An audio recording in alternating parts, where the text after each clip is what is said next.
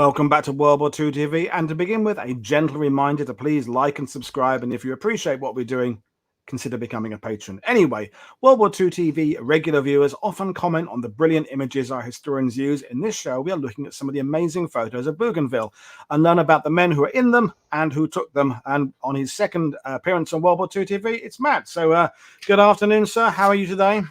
Doing quite well, Paul. It's the weather's quite nice here compared to several weeks ago. It's no longer in the negative, so can't complain for a Friday. Good.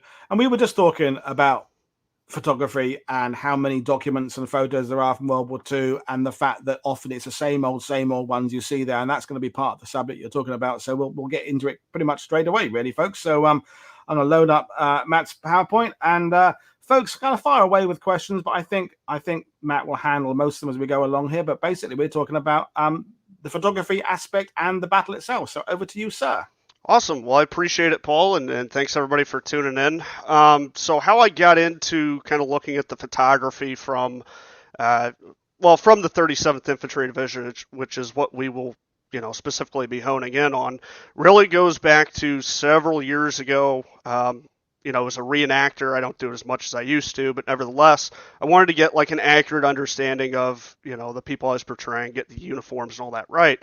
But the more pictures that I got, the more I really saw like there's a story here and matching it up with the primary source documentation. So it really went from, super micro wanting to nerd out on, what boots are correct for March of 1944 to kind of weaving a story together visually, using primary source documentation to back it up.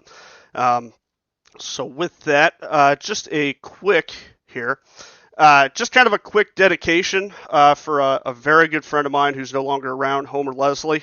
He was in the headquarters of my great uncle's unit, F Company 145th Infantry Regiment. He wasn't present at any of the battles we're going to be talking about here. He actually came into Bougainville after the battle as a replacement. But all the time that we talked on the phone, he always said, have you ever heard of Pappy Boyington and the Black Sheep? And I was like, yeah. And he's like, oh, yeah, we were defending the line while they were down there flying missions. He's like, we didn't know it at the time. But so to my buddy Homer, I miss him every day. And so this one's for him. So just a little bit into the background of the Bougainville campaign. Obviously this is part of the larger bit of the Solomon Islands, beginning with Guadalcanal, then New Georgia, which we talked about last time, and finally accumulating in Bougainville. I've called it one or the other. Beginning in November 1943. So as is kind of the Allied strategy at this point, the whole point is to more or less isolate a Japanese base known as Rabaul. I don't know how well it shows up on the screen there, but if you look at New Britain and you go all the way up to the top right of that, that's where Rabaul's at. And it was a Japanese naval base that basically earlier in the war allowed the Japanese control of the Solomons area. So you take, New Guinea and the Solomon Islands and you isolate Rabaul and negate it as a military base. And so, and I guess I should kind of go into a little bit of the actual battle of this as well. So the campaign begins on November 1st, 1943, known as Operation Cherry Blossom. And it lasts until the end of the war. So it's a largely American phase. Then in late 1944, going into 45, it's handed over to the Australians. So it's too much for us to obviously cover this entire campaign from beginning to end. So we're just going to focus on one specific segment, which is in March of 1944. But a little bit of background, the campaign starts with the Marines landing, which most of the photographs, if you look up Bougainville online, a lot of them are pictures of the Marines during that initial phase.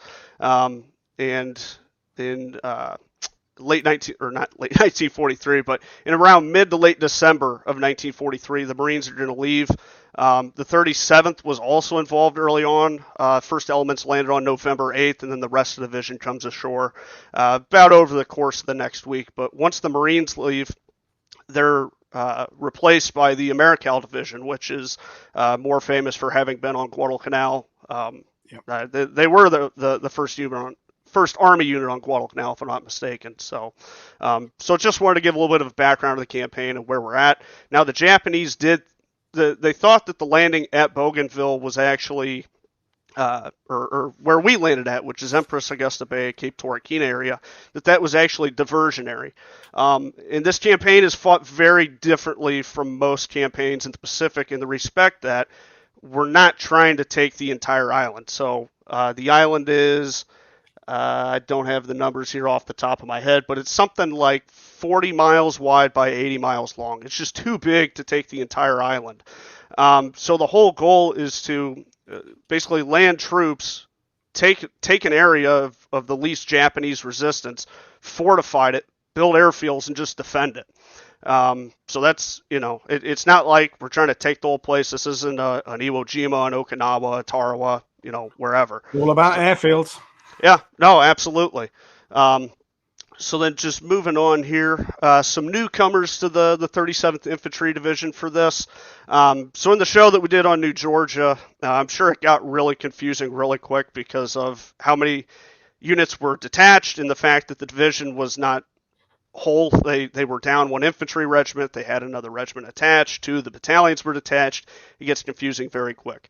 Bougainville, completely different scenario. So following New Georgia, the 37th is going to receive the 6th Field Artillery Battalion, which was formerly with the 1st Infantry Division, all the way across on the other side of the world, as well as the 129th Infantry Regiment, which I have a personal affinity for.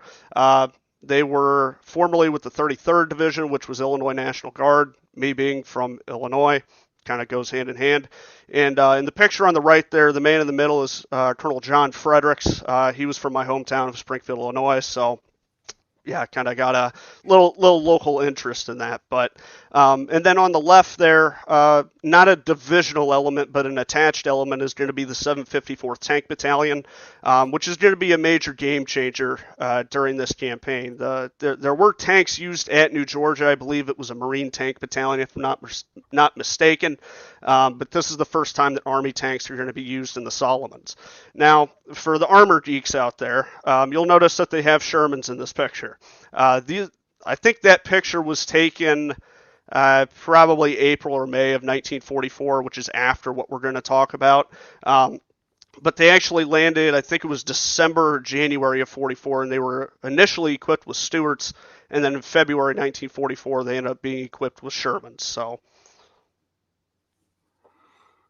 just moving on here. So as far as the photographs themselves and, who's taking these pictures, because, if you look up just about any World War II picture on Google that's not a personal photo from a personal photo album or whatever, it's likely that it was, generated by the military during the war. And in the case of the 37th, and it's not just here, they have detachments that are spread out across different islands.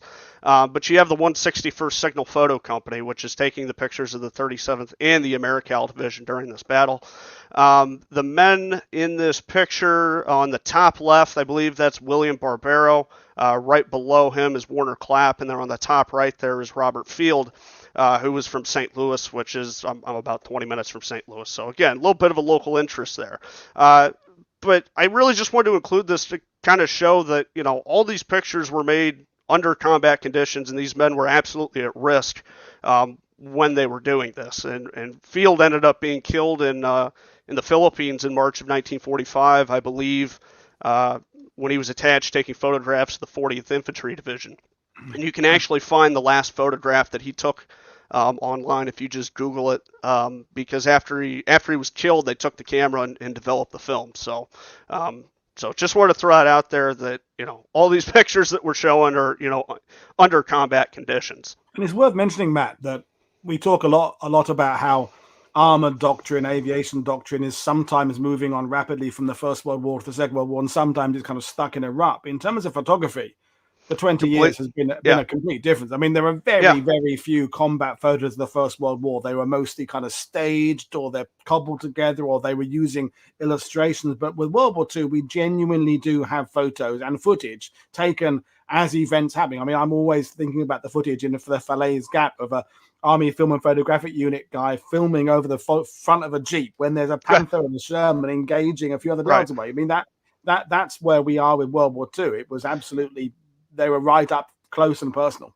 Yeah, absolutely. And I was going to say, if you go on the National Archives website, they have all of the World War I Signal Corps photos digitized and up online. And I mean, you can just see, comparing them to World War II pictures, like, they'll say it's at the front lines, but it's probably not. Lots of people standing around, isn't it? Right. I mean, you have the exposure time and Yeah. just the technology of the cameras, set it up on a tripod and whatnot. So, yeah, you're absolutely right. So moving on, getting into just kind of an overall view of what we're going to be looking at here, which is the Japanese counterattack that takes place in March of 1944. So everything up to this point, well, I mean, you have the Marines that fight to expand the perimeter. And I guess I should mention, I don't want to discount them. The Marines lost 423 killed and 1,418 wounded from the point of their initial landing to when they left. So, about a month and a half time period. So as much as, I do want to harp more on the fact that the Army was involved in the Pacific, they played a very important role. Nevertheless, the Marines did suffer here. So, but this is what the American perimeter looks like in March of 1944. It's about, I believe, 5 to 6 miles wide. But you can see the 37th Division was holding the left side of the line, which is where most of the Japanese are going to attack. And then the Americal Division was on the right side of the line. Now, there's really 3 key areas that are, or 3 key battles that are fought over, and that's Hill 260 in the Americal sector, Hill 700 in the 145th sector, and then the 129th Infantry sector, which is the top left. You can see the Japanese attacking that area is 129th. And then I guess I should mention the Japanese unit involved in this is the 6th Division, which was involved in a place called Nanking in 1937. I won't say what it's usually called, so you don't get slapped with a ban. But yeah, so this is the 6th Division that was involved in Nanking in 1938. And, they'd fought at other places in China. And then in, I believe it's January and February 1943, they moved to Bougainville. So, and then this is just a picture kind of showing what this line looks like. This isn't the entire perimeter. This is specifically just the this is like hills, kind of the tip of the 37th's perimeter, and then looking into the Americal Division's perimeter. So you can see Hill 260 over there on the right. Hill 700 is about in the middle there. But it's quite interesting to note, we talked about airfields and the fact that that's why we're here. Those airfields are not very far away from the front line at all, and that's why when the Japanese attack, it's absolutely imperative to crush any sort of penetration that's made in the front line. All right, so Hill 700. So this is going to be the first of 2 actions that we're going to talk about. So Hill 700 is in the 145th Infantry Regiment sector, and it's held by, at the time of the Japanese attack, the units on the line are going to be 2nd Battalion 145th Infantry Regiment, consisting of companies E, G, and H, H being a heavy weapons company. And to kind of quote the regimental historian who wrote after the war, he said about Hill 700, he said, "It traversed slopes so steep that crags and roots became safety stirrups, often saving a man from a disastrous fall. Engineers were at first perplexed by the problem of building a supply road to follow the perimeter. Until they accomplished this mission, every round of ammunition, every bit of food, every drop of water had to be carried through the jungle rains and heat to the top of the ridge."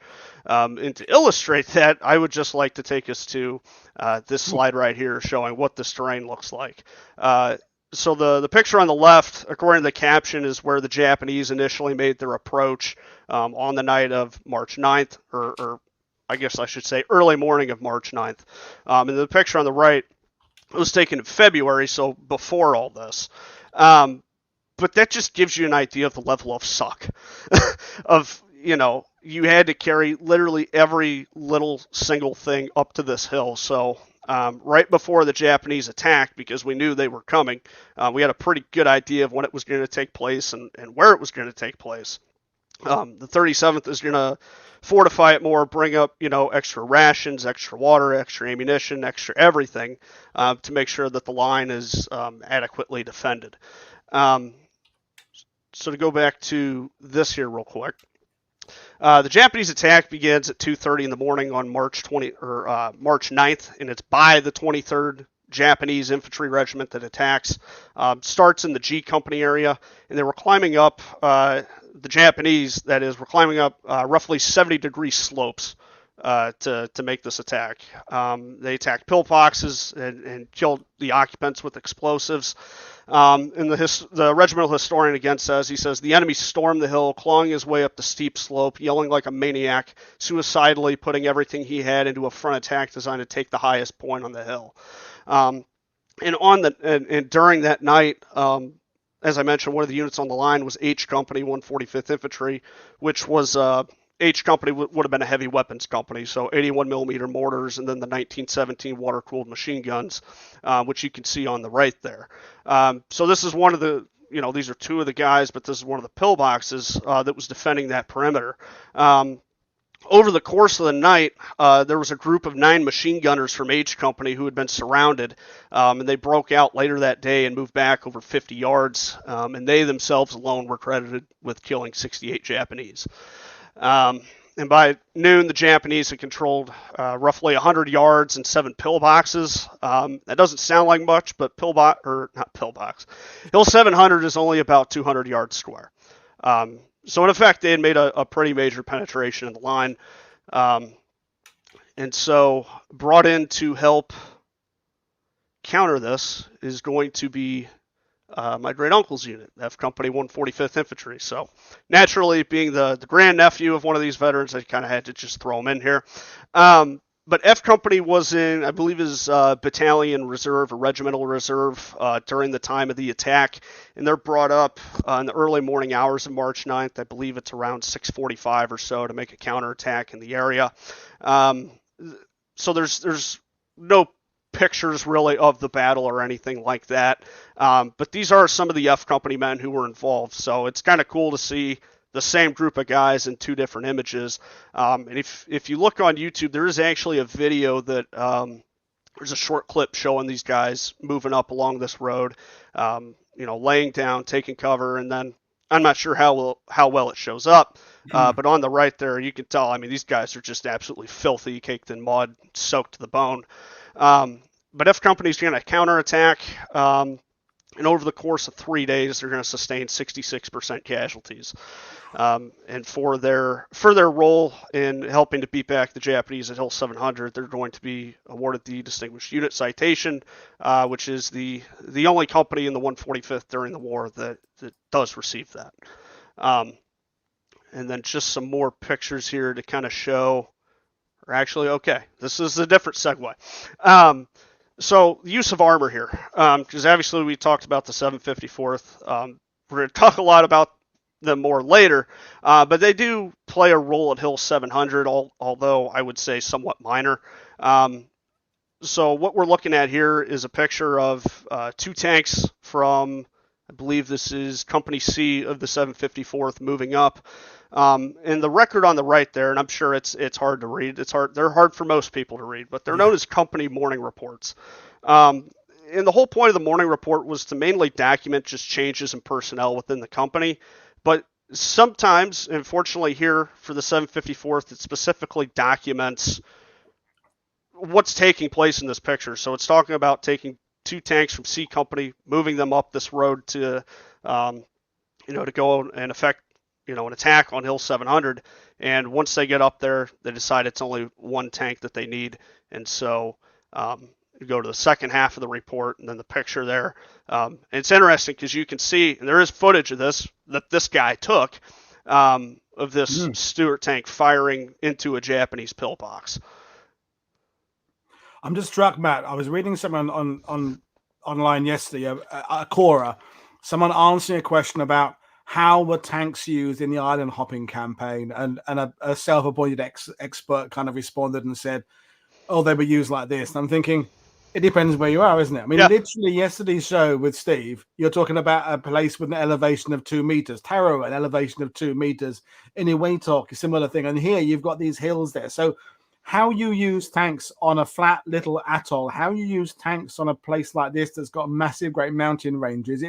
We're right. all guilty, I think, of seeing that list of islands the Americans went from and go, yes, this one, this one, this one, this one, often forgetting that they are totally different in just Yeah. geography. No, absolutely. And I mean, what you're going to get in the jungles of New Guinea is going to be completely different from the flat terrain of, well, not entirely flat, but the Philippines, right? Much more open countryside. It's not a jungle hell that you have to, you can barely get the tank through the jungle. You can actually drive on a road for a change. So yeah, no, I completely agree with you. On the subject of roads, James is asking, are these plantation roads that are crossing that Bougainville, do you think? No, those were actually carved out by the engineers Right. because there was one supply road that was built. I would assume it was by the 117th engineers, which were it was the engineer battalion of the 37th. But no, like every single little thing in this jungle is carved out by the engineers and fortified as best as it could be. So, Thanks. yep. And then again, just to show some of the terrain. Picture on the right there. I believe that was taken in around June of 1944, so obviously months after all this has happened. The identification number at the top says 7, which typically means July, or which typically indicates the month, which would be July.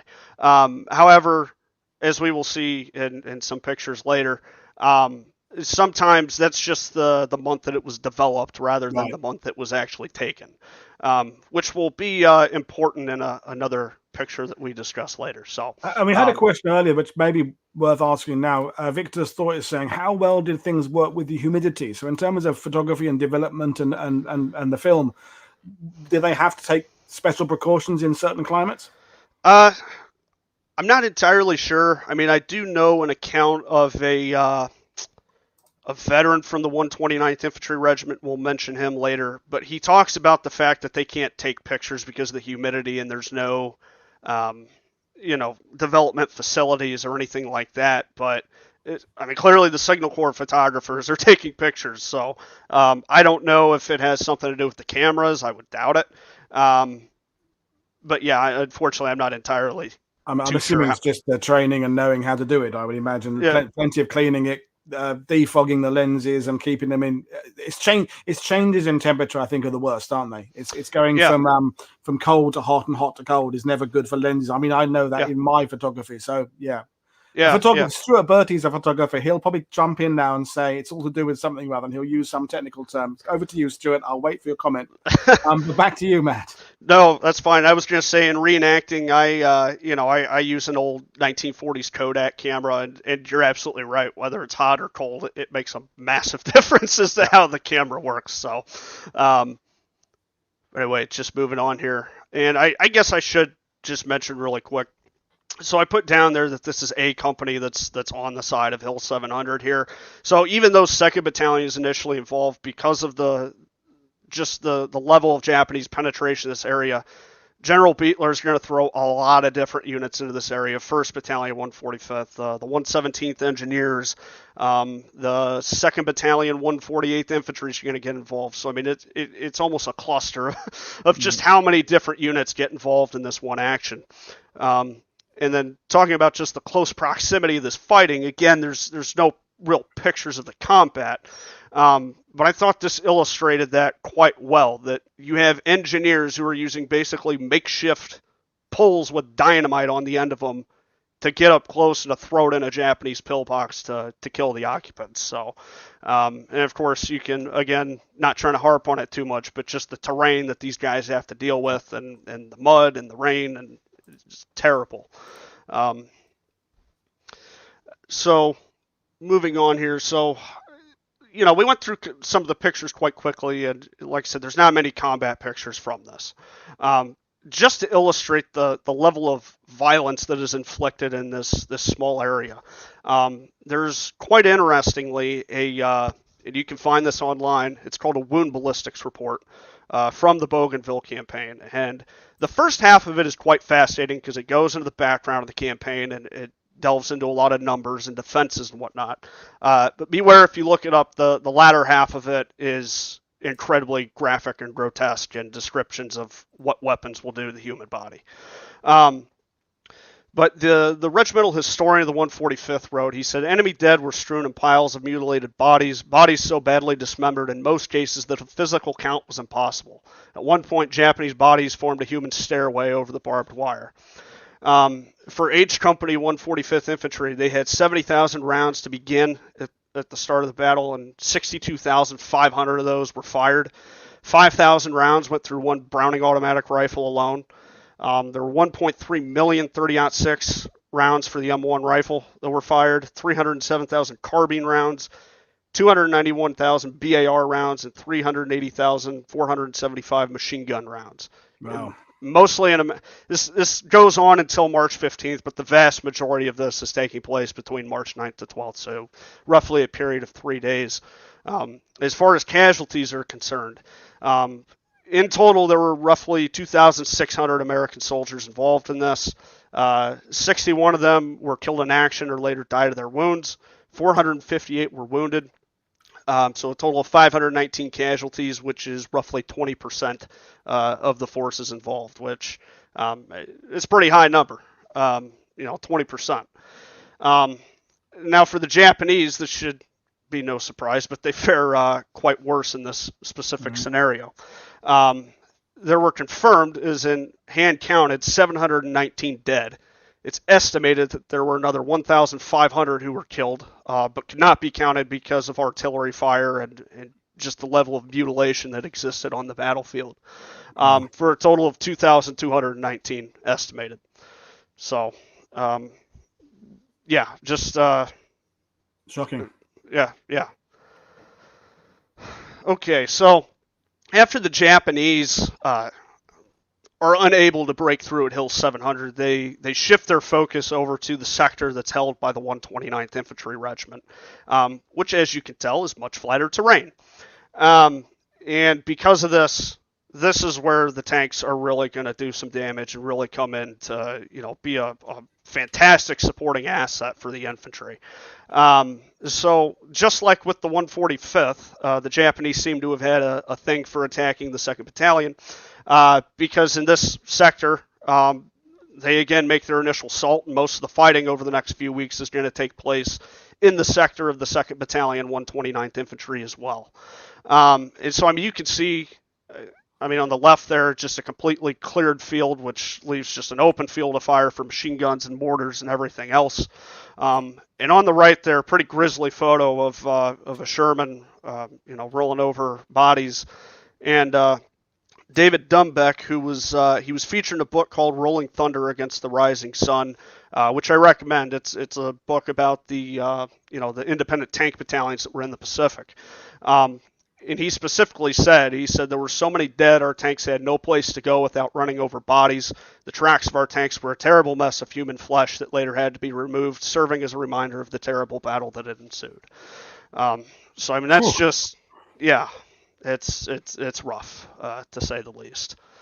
So moving on here, this brings us to March 17th, 1944, which, in my opinion, is the day that produces some of the most prolific, iconic, and in some ways famous photography that comes out of the Pacific War, with one picture in particular that we'll look at here in a second.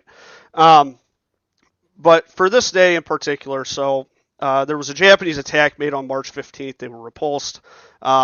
March 16th was mostly a day of cleaning up, reconsolidating the lines, building up the fences. And in the early morning hours of March 17th, the Japanese launched a counterattack. And when I say early morning, I'm talking about before the sun's even come up, in the Company F-129th area. They penetrate roughly 50 yards. I believe it's in length and width, and they occupy one pillbox. Now, the 129th was fairly determined to hold their ground to the last man. One specific example of this is there was a F Company 129th machine gun team that was surrounded in a pillbox, and so what they did, they pulled the gun out, they stuffed the firing apertures with sandbags, and they're radioed in for a 37 millimeter anti-tank gun in the area to fire canister at them. And in another case, you have an officer in Company H who was surrounded and called for 81 millimeter mortar fire directly on his position. So the Japanese do make a penetration, but as always, they are beaten back, and of course that's what we're talking about here. Several hours after the Japanese make their attack, there's a tank infantry counterattack that's affected, and that's what brings us to these pictures right here, most notably the picture on the left. That is, without a doubt, one of the most famous pictures to come out of the Pacific during World War II. Yep. You see it shown all over the place, and part of the reason I want to talk about it here is because I don't think anybody's ever really gotten the history right on this picture. There was an article written a few years ago, but I don't recommend it. The research seems to have all been done on the internet, and just a lot of incorrect information in there. So what's the story behind this picture? First of all, it's usually listed as March 16th. And I know why it's listed as March 16th. It's because the caption says it's March 16th. But by all accounts, March 16th, there wasn't a tank infantry counterattack. It was just a day of rebuilding and building up defenses.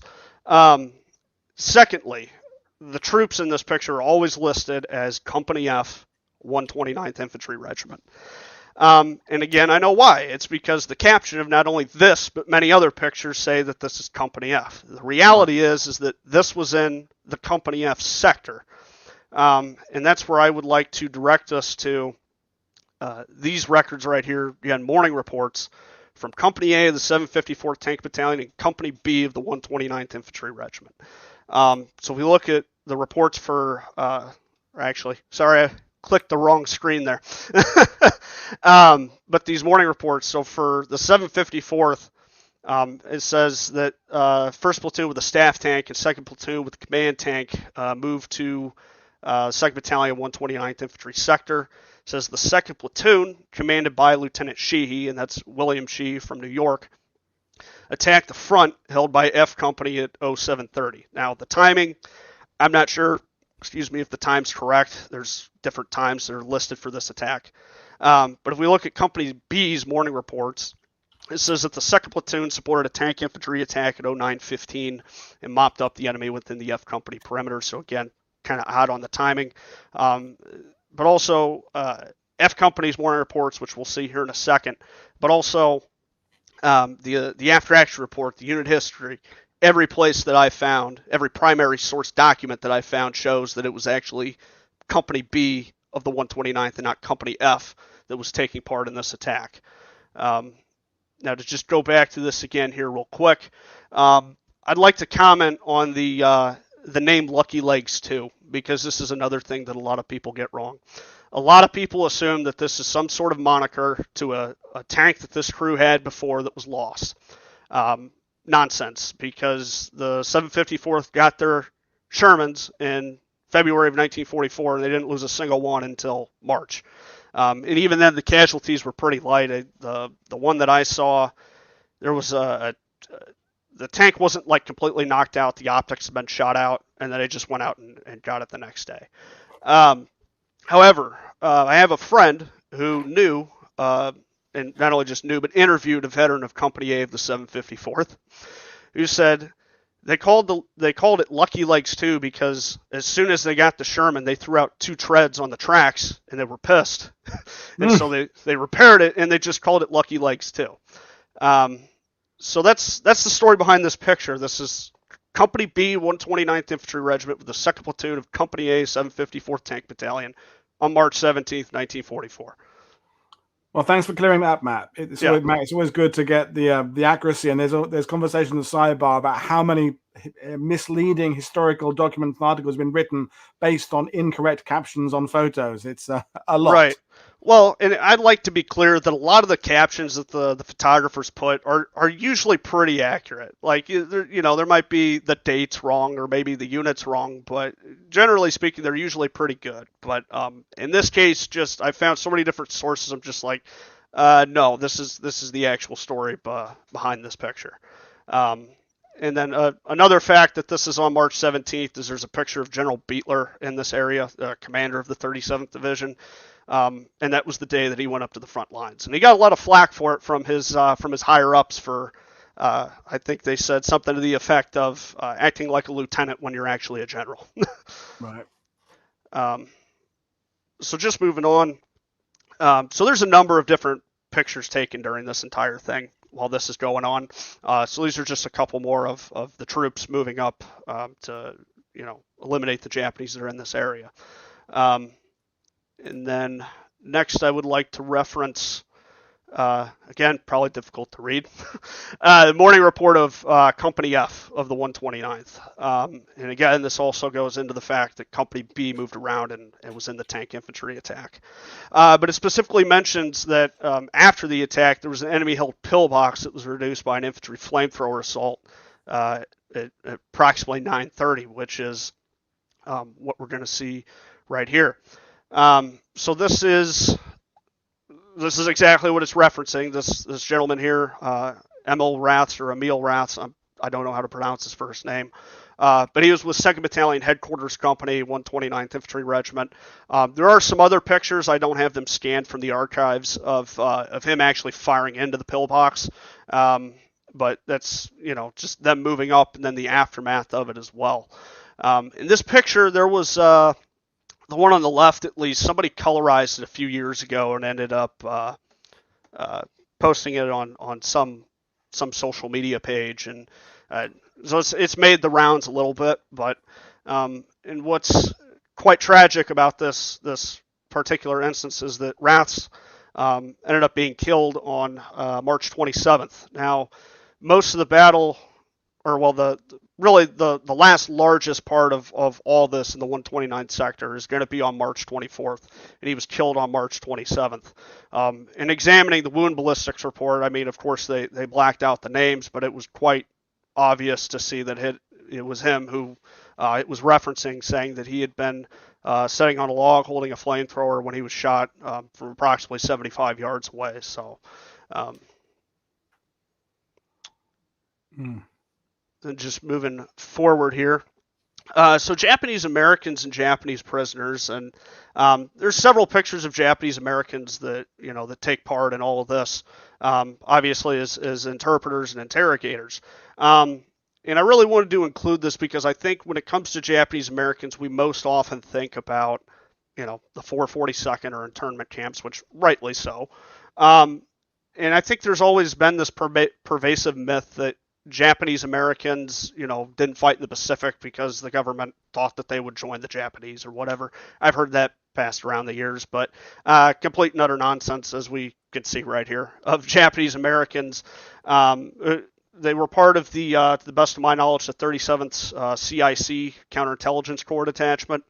And Jacob Close, who was an officer in the 129th Infantry Regiment, he wrote a memoir, and he actually said this about one of them. He said, "For intelligence purposes and interrogating prisoners, we had the services of a Nisei interpreter who was attached to the division. Early on, it was required that he be furnished with an armed guard to protect him from our own troops. This soon proved to be completely unnecessary as he was accepted at face value as an American soldier doing a job. It was interesting to watch him work as he extracted every last bit of information the Japanese soldier had that related to our current operation." So what you're looking at there on the left, those pictures are actually taken on March 26th. I'll get to why I put them here in a second. But on the left there, Susuma Toyota, who's a Japanese American, is going over a script with Shoji Tobashira, who's a Japanese prisoner. And then on the right there, he's preparing to read the script over a loudspeaker, to try to get the Japanese in the area to surrender. And the reason I specifically wanted to include this is because, fortunately, I actually have, again, probably hard to read, I have the POW interrogation reports for the 37th throughout the campaign. And they're very fascinating records. I mean, generally speaking, it's mostly like troop concentrations and whatnot that the Japanese knew, or the POWs knew. But they do give some interesting information as well as into some of the background of these guys. So at the very bottom there, this is the report for Tobashiro, who we just saw, saying that he had been captured in the F Company area on March 17th, which is, what we just looked at. But the backgrounds of these guys are fairly interesting, and the nature of their captures as well. Because generally speaking, a lot of them don't voluntarily surrender. And I know maybe that sounds obvious, but usually they're wounded or they're knocked unconscious during an attack, and then later on an American patrol comes through and ends up picking them up. But as far as the backgrounds on some of these guys, a lot of them, or actually there wasn't a single POW report that I found that showed that any of these POWs themselves were at Nanking. A lot of them were drafted in 1941 or 1942 and thrown in with the 6th Division, which makes sense because that unit had continued to fight in China, after Nanking had ended. Not to say that none of those guys were still present, but I would have to imagine they were probably few and far between by this point.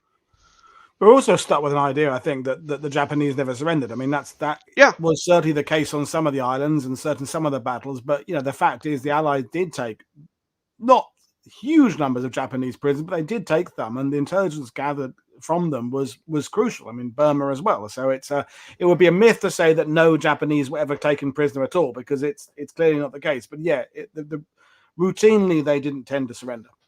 Right, and yeah, that's absolutely true. And I remember when I talked with Homer way back when, and I asked him about Japanese prisoners, and he said, "Well, we would have taken them, but they usually didn't surrender. It wasn't very often that happened." But you're right about something else I was going to bring up is we have this notion that Americans didn't take Japanese prisoners, which A is complete nonsense, but B, you want prisoners. It's not often you're going to get them, so you want them when you can get them. So, at any rate, so moving on here to our last day that we're going to examine, which is March 24th. So there is fighting that obviously goes on throughout all of this. So I just want to focus on a few specific days with the most prolific imagery.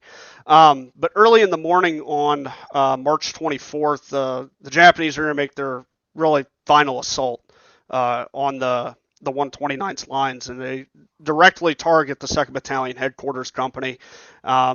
So at that time, is on the night of March 23rd, 24th, is manned by 2 platoons of Company C on the flank of Company F. 3 pillboxes were knocked out, but the Japanese didn't occupy them. They just kept pushing forward. And at the time, the 2nd Battalion headquarters was manned by 2nd Battalion headquarters company, and additionally 1 platoon of C company, one platoon of C company, anti-tank company 129th with cooks, drivers, and service company personnel were all rushed over to try and help plug the gap and prevent any further breakthrough. And so what we're seeing here in these images are the left is a ration dump in the 2nd Battalion headquarters area, and then on the right is a soldier who was fairly severely wounded and being administered plasma treatment. And again, just some further pictures of this. So to help, or not to help, but in order to repulse the Japanese, there's a tank-infantry counterattack, as there has been multiple times throughout this whole thing, to repulse the Japanese out of this area and put an end to all this once and for all. And the tank attack is made by Company K, 129th Infantry Regiment at 8 o'clock. And then there's just continuous counterattacks in this area until the lines are completely secured by 3 p.m. One of the men involved in the counterattack was a man by the name of Miles Babcock. He was in Company K. He said, "I was the first man in the counterattack and was behind a tank which I controlled by an attached phone. We practically bypassed the Japanese pillbox before we realized it wasn't manned by Company F soldiers. We were under a hellish crossfire. Bullets bounced off the armored tank like bullets on a tin roof. Just then, a sheet of flame exploded before my eyes. Momentarily unconscious, I crept away and rolled over instinctively. I'd been shot by a sniper in a banyan tree above me. My left hand was hit with was full of shrapnel. 2 bullet holes were in my helmet. My forehead was creased by a bullet, and my face was a mass of blood.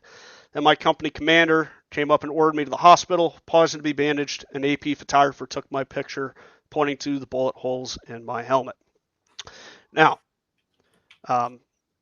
this isn't the picture that he's referencing of him pointing to the holes or anything, but I do believe this is Babcock, back being treated and later on. So, because I do have a picture of him and just kind of matching up the details, it does appear to be him. So quite interesting to have a first-hand account and then a photograph to literally show the guy and what happened to him. So at the end of all this, General Beetler wants to make sure that there's no more Japanese attacks in this area, and that he wants to put an end to all this once and for all. So he goes to the headquarters of Oscar Griswold, who commands the 14th Corps.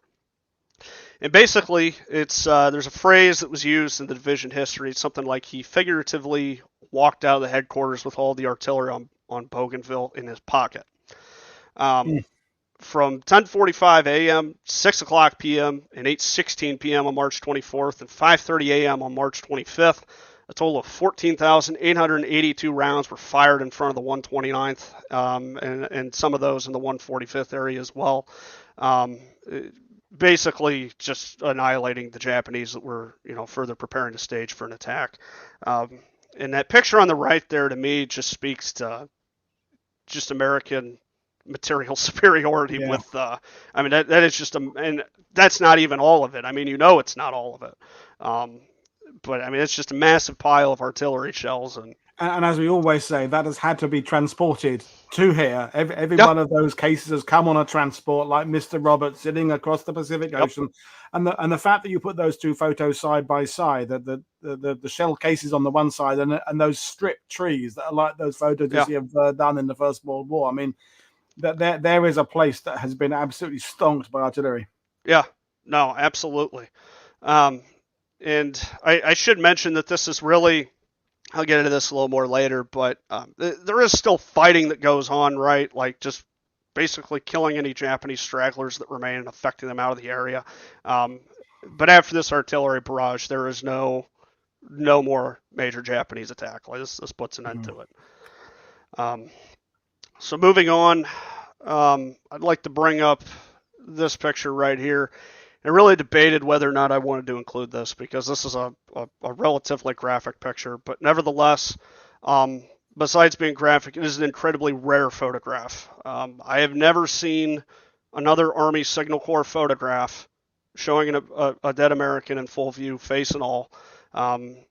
So it's really, as hard as it is to look at, it's also incredibly rare. And when I first saw this, I wanted to find out who it was, because we do have the face of who this is. Looking at the picture, it appears to be this was, he's on a stretcher. It looks like he was probably taken back to the rear somewhat, and we can tell he's wearing a Browning automatic rifle belt. So we know that basically narrows him down to, in theory, a private or a private first class, because that's who would have, had a BAR. And fortunately, in the morning reports, now the morning reports for regular units just talks about the changes that are happening, to the company's personnel, and occasionally, the record of events like what we looked at earlier. The morning reports for hospitals are quite different because, yes, it talks about the personnel and anything that's happening to them, but it also lists what's called an admissions and dispositions report of guys coming into the hospital and going out. And for the whole campaign, the 21st Evacuation Hospital is going to field the most serious of casualties. And in examining the wound ballistics report, there's, again, not to harp on it, there's a lot of seriously grotesque wounds in there, and they still bring men back to the hospital to try and save them, which is what I think, we were seeing in that picture. But in examining the hospital record, the admission and disposition report, it tells us who was listed as dead on arrival to the 21st Evacuation Hospital. So between the diagnosis and the companies that they're with and the ranks, I believe, and again, this isn't conclusive, I don't have pictures of every single person, but I very, very strongly believe we're looking at this young man right here, Arthur Conforti, who was from Chicago, 22 years old. He was in C Company 129th, which was on the line whenever the Japanese made their attack in the early morning hours of March 24th. So, and again, I debated whether to include this, but we always talk about numbers. We always talk about numbers of dead. World War II is the most destructive war ever. This is what that looks like, right? Yeah. And I mean, this is just one person, but this is the cost. So total casualties over the course of the battle. It appears I actually neglected to put this in here, but I think I do have it somewhere else. But I do remember there were roughly 1,850. Okay, yeah, here we go. There's a total of 1,850 Americans involved in this. 78 are killed or died of wounds. 372 are wounded for a total of 450. For the Japanese, it's an estimated 2,373 killed, which is a kill ratio of 30 Japanese for every 1 American. The worst they fared at was Hill 700, and I neglected to mention this earlier. At Hill 700, it was 36 Japanese for every 1 American killed. Now, total Japanese forces engaged in all this is, I think it's about 10,000. Of that, they lose about 8,500 between the 37th and the Americal sector. So, quite a deadly battle to say the least. So with that, just want to talk a little bit about the aftermath of the campaign. I mean, this is a stark contrast to everything that we just looked at. Again, like I said, there's never again another major Japanese attack that takes place. It's almost as if a live and let live type of mentality. There are patrols that are still being set out, but in trying to expand the perimeter, a little bit. But there's no attempt by the Americans to go hunt the Japanese in the jungle and get rid of them all. It's just to defend the area. And so over the course of the summer of 1944, you're going to have, like what you see on the left there, you're going to have organized sports, basketball, baseball, volleyball. I mean, you got church services, you have movies, you've got PXs. Bougainville basically turns into a mini city of sorts. I mean, like many bases in the Pacific do after the battle's over. But then on the right there, we can see, they are still training, of course. They are still manning the front lines. It's not like there's nobody at Hill 700 anymore or anything like that. But the engineers are actually going to clear wholesale areas of jungle once they find out they're going to go to the Philippines to try and simulate the type of terrain that they're going to encounter there. Now, the men of the 37th were hoping after, being overseas for nearly 2 years at this point, that they get to go to some nice cushy place like New Zealand or Australia and get their R&R. Never happened. They remain on Bougainville for the remainder of 1944, until December of 1944, at which point they leave for the Philippines, which of course is another topic for another day. But so that's what I've got. I hope everybody enjoyed, and of course I'm happy to answer any questions if anybody has any. Yeah, we'll do some questions in it, and of course we could get an Australian on to talk about the next chapter, because there's another almost more than a year of fighting and clearing up. And I'm just looking on Wikipedia now, another 500 plus Australians killed, another 8,500 Japanese killed in combat, another 9,800 Japanese troops and laborers died of disease and malnutrition. It just goes on, and it's one of the longest campaigns outside of kind of Burma, I suppose, is the only one that's of a similar length. Right, and there is a book on Guinea. Yeah. There is a book on the campaign, and I think it's called Bougainville, a Forgotten Campaign or something. It's written back in the 90s, but he talks about the Australia phase, and he says it's sad that this happened because it was almost unnecessary that you needed to go in the jungle and kill them because they were already starving to death, and they couldn't really make much of a difference. And of course, by that time, the war had really bypassed the Solomons and moved elsewhere. So, well, I've got a couple of questions for you. So Brian Cooper is asking, do you know how many corpsmen were killed or wounded in this engagement? I do not, but I can tell you that the medical troops were absolutely critical to keeping casualties at least, or the amount of dead at least somewhat low.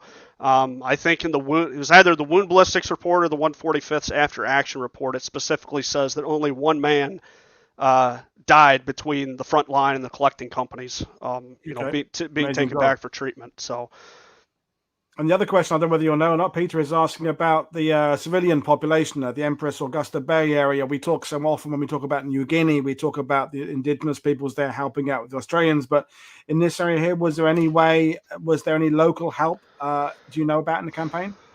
Well, I can tell you, I think the population on the island at the time was something around 50,000, if I'm not mistaken. Now, of course, that's spread out the entire island, so yeah. I don't know what the exact population was in the Empress Augusta Bay area, but yeah, there were absolutely locals that were here and did help the Americans. So, thank you for that. And the other one is kind of a kind of broader theme, also from Peter, about whether or not photographic units kind of distracted combat soldiers when they're doing their job, and I'll be interested in your opinion there, and also where they provided field security. And I remember speaking to British veterans and Canadian veterans in Normandy who were in actions where the AFPU were taking photographers, and they just never noticed them. They were just they were getting on with not being shot. They were getting on with doing their jobs, and if there's someone there filming them, even 20 feet away, they just didn't notice it. Is it something that you would think? I don't think it would be distracting. There's too many actual real distractions of trying to stay alive. Yeah, I don't think there was any bit of it as distracting, at least during a battle. Maybe if there's nothing else going on, yeah, it's kind of distracting because it's the only thing that you notice. You know, somebody's taking a picture of you or a video or whatever. But to my knowledge, there wasn't really any security provided. Security were the guys around them that were doing the fighting. Yeah. I don't really know of any security, but I haven't really heard anything of any sort of, that it was distracting and guys got killed because of it or anything like that.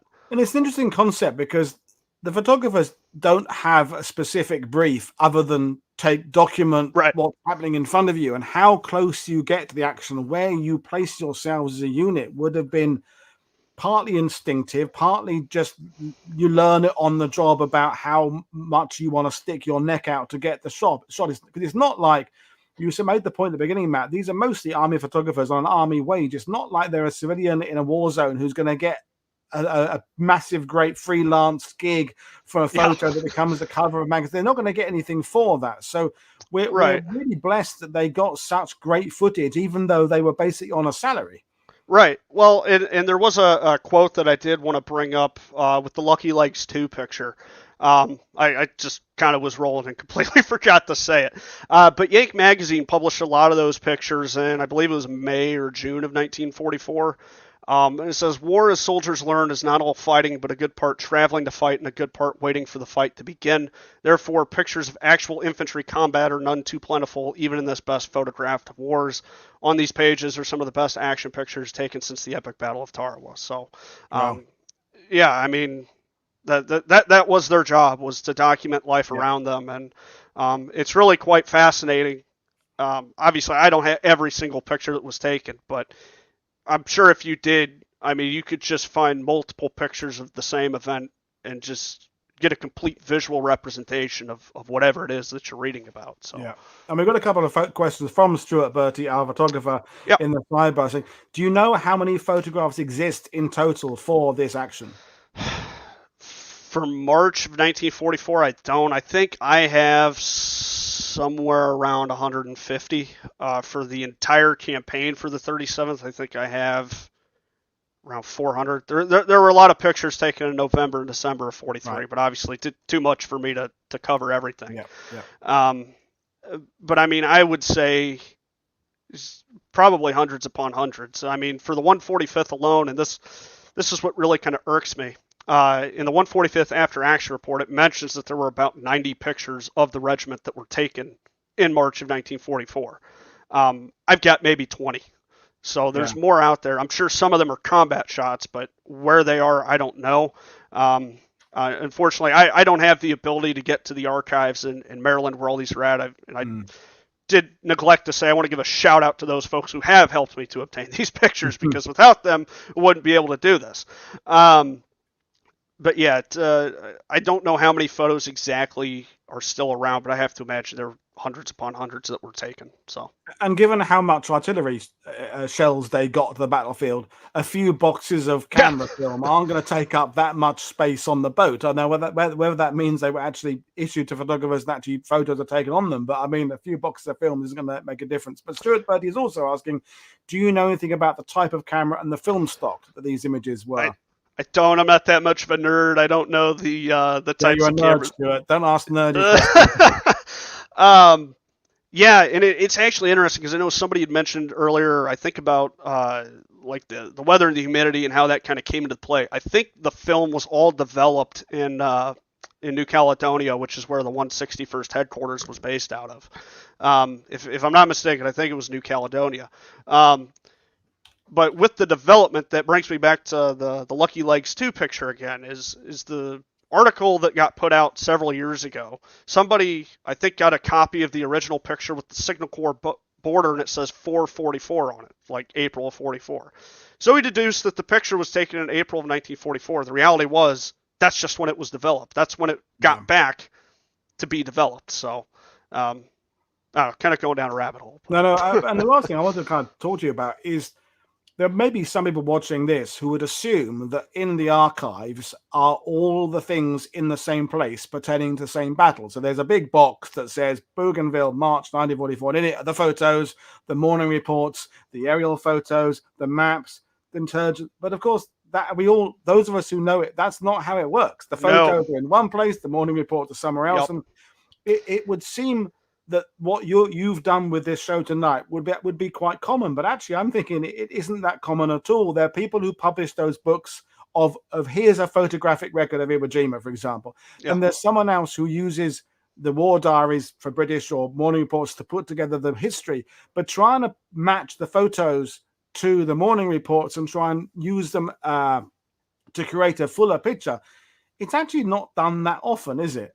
No, it's not. And I will say this much. So I live about 20 minutes from the archives in St. Louis. I'm there every week where all the morning reports are held, and it's the only place that they're held. So these records are all on microfilm. I'd be happy to do an episode on that another day, talking about those types of records.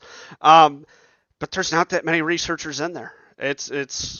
I'd say it's a vastly underutilized resource. Now, most of the morning reports are just going to tell you this guy was promoted, this guy was sick, this guy was wounded, this guy was killed. But some of the units kept a very detailed record of events like we saw. And when you're able to get that type of detail and match it up, not only to the photographs, but other records as well, you're able to kind of peel the layers back a little more and get more of an accurate picture of what you're looking at.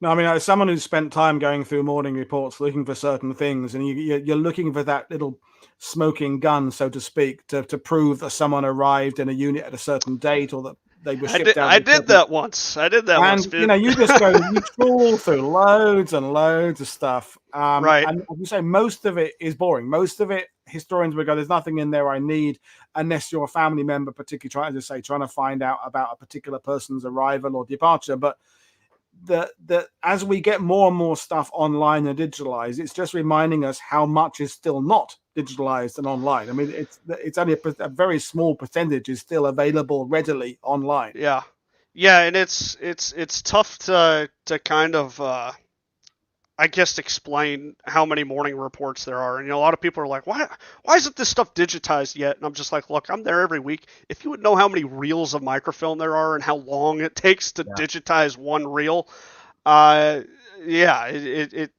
it's a lot of work. And it's not even just the digitization, but even knowing how to research those records. I mean, they're very knowing difficult. What they say, knowing the codes used, and then these archives we're going down a rabbit hole talking about archives, but unless you make them OCR readable, you can't search them. You can call the image something. This is the morning report for 331st Company A, blah blah blah, and so. But it won't unless you scan the text within it. You can't make those terms searchable by a search engine. So we are decades away from actually having a fully usable kind of AI, if you like, database of World War II information. It's still down to people like yourself doing the work. Yeah, and even then, I mean, again, all this stuff is on microfilm, and it was done by the Army. So the quality, you can try to OCR it, and it ain't gonna do anything because the image is too blurry, or it's too dark, or it's too bright, or whatever. Um, yeah, I mean, like you said, the technology's there, but it's also not there. So It's a massive great work to do, and I think it counters that argument where people say, why do we need more books on World War II? And it's because there's still a lot of stuff that hasn't been said. There's still lots of resources that have yet to be tapped. I mean, the millions of aerial photos that are held in Britain, they yeah, haven't been used fully yet. The Imperial War Museum are still digitalizing their photos, etc., etc., etc. You know, there's so much stuff still to do, but we're going down a rabbit hole about yeah, archives and digitalization. But basically, we will leave things there, Matt, and invite you back at a future time to delve into something else, either 37th Infantry or something elsewhere, or talk about going to the archives and scanning yeah, morning reports. Do a yeah. geeky show like that. Yeah, no, I would love to do that. The archives in St. Louis is definitely a gem, and like I said, certainly an underutilized resource. But for researching veterans specifically, it's the place you need to go. So it's I like doing it. Well, thank you, folks, for your questions. Thank you, Matt, for a brilliant presentation. I am back in 55 minutes with Chris Hemler talking about delivering destruction. We're talking about firepower, fire plans, and we're going back to island hopping again, Tarawa, Iwo Jima, etc., with Chris, who's a former US Marine. So join me for that. And you know what to do. Like, subscribe, leave a comment. Thank you, everybody. I will see you again in 15 minutes. Bye.